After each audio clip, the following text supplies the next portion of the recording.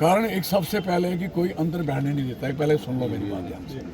मैं जब कहता हूँ कि हमें दरवाजे के बाहर बैठने दो, जब मैं बैठा था 96 में, जब लोगों ने कहा था बैठा था, आए कहा तो ये चौनी का कैमरा लगा के बाहर बिठा दी जबरदस्ती।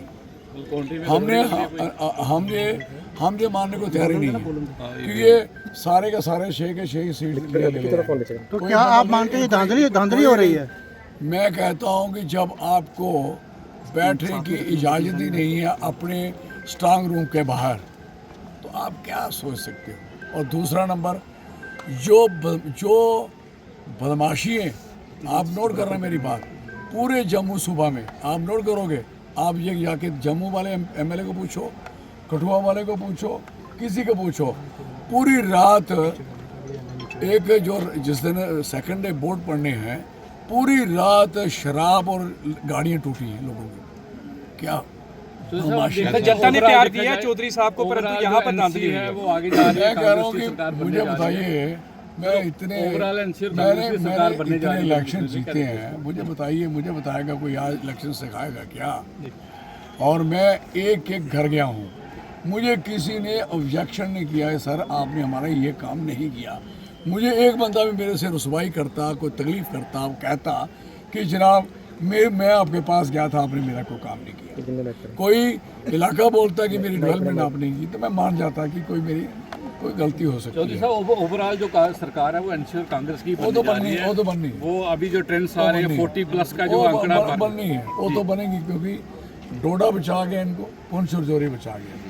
जम्मू का जो हमारे 3-4 ज़िले हैं, इनमें इतना बकवास हुआ, इतना गड़बड़ी हुई है, आप सोच नहीं सकते। क्योंकि जहाँ हो सकती हैं वो लोग नहीं होने देते, उनमें दम है, नहीं होने देते। कश्मीर में घुसने नहीं देते, डोडा किश्तवाड़ में इनका हाल वो करने नहीं देते, पुंछ चोरी में करने देते। आप यूनो बेहतर, अगर इनको पता होता सरकार हमारी बननी है तो ये 5 नॉमिनेटेड सीट क्यों डिक्लेयर करते, बताइए मुझे।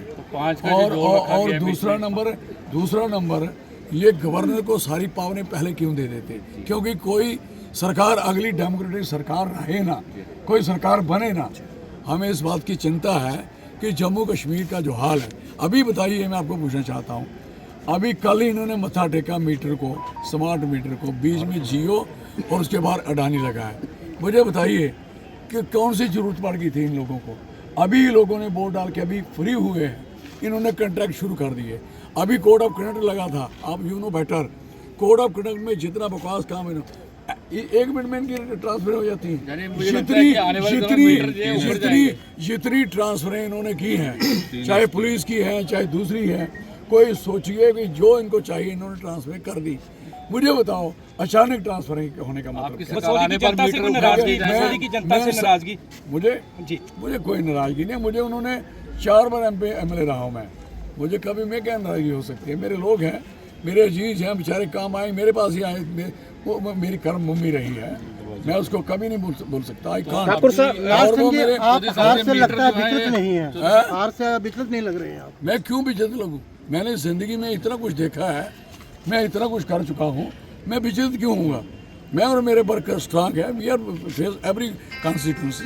मेरे से ज़्यादा मैं 6 साल से लड़ रहा हूँ गवर्नमेंट के साथ, सरकार के साथ लड़ रहा हूँ, खड़ा हुआ अकेला, और आपके सामने सड़कों में रहा हूँ, मैंने परवाह नहीं की किसी की। और मुझे विचलित करेगी हार, कौन सी हार? मैं कोई हार शार नहीं मानता। दर्शन ठाकुर का कहना है कि बसोली की जनता बदलाव चाहती थी। मैं कहता हूँ सरकार बनने के बाद जो होगा, पहले सुनिए, जो गवर्नर की पावरें हैं वो जिसको दी हैं, वो उसके पास, गवर्नमेंट के पास पावरें रहती कितनी हैं, होती कितनी है? डेमोक्रेसी का कत्ल कितना तक हो सकता है?